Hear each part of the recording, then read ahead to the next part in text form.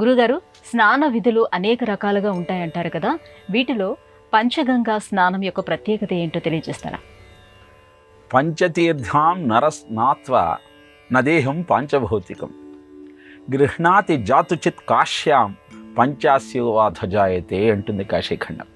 అంటే కాశీకి వెళ్ళిన వాళ్ళు 5 తీర్థాలలో తప్పనిసరిగా స్నానం చేస్తే ఈ దేహం పాంచభౌతికం కాకుండా పరమాత్మకు ప్రీతి అయి సాయుధ్యం లభిస్తుంది అని అర్థం.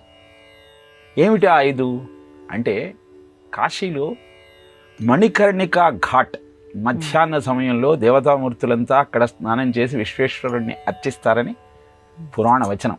తరువాత పాదోదక తీర్థము అని కేశవాదిత్యుడు ఆదికేశవుడు కొలువైన ప్రాంతం.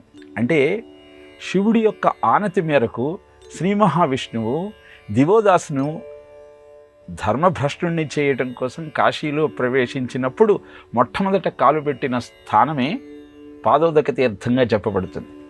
ఆ పాదోదక తీర్థంలో స్నానం చేయాలి, విష్ణుమూర్తిని అర్చించాలి. అనంతరము పంచనద స్నానం.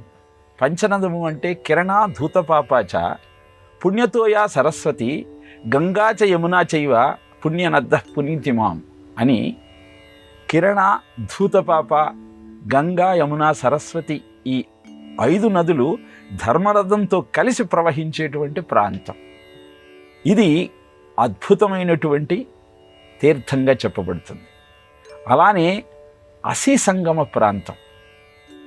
ఎక్కడైతే అసి సంగమిస్తుందో, వరణ అసి ఈ 2 నదుల మధ్య ప్రాంతమే, ఈ 2 కలిసిన ప్రాంతమే వారణాసిగా చెప్పబడుతుంది.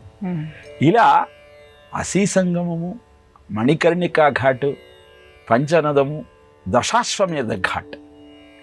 బ్రహ్మదేవుడు కాశీకి వచ్చి 10 అశ్వమేధ యాగములు చేసినటువంటి ప్రాంతంలో ఏర్పడినటువంటి తీర్థమే దశాశ్వమేధ ఘాట్గా చెప్పబడుతుంది.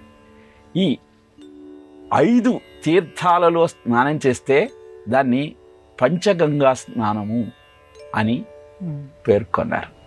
ఎవరైతే ఈ 5 తీర్థాలలో స్నానం చేస్తారో నదేహం పాంచభౌతికం, వారి దేహము ఈ పంచభూతములతో ఏర్పడినటువంటి పదార్థంగా కాకుండా పరమేశ్వరుడికి ప్రీతిగా సకల పాపాలను పోగొట్టుకున్న స్థానానికి చేరుతుంది అని చెప్పి పంచగంగా స్నానాన్ని ప్రసిద్ధంగా తెలియజేస్తుంది కాశీఖండం.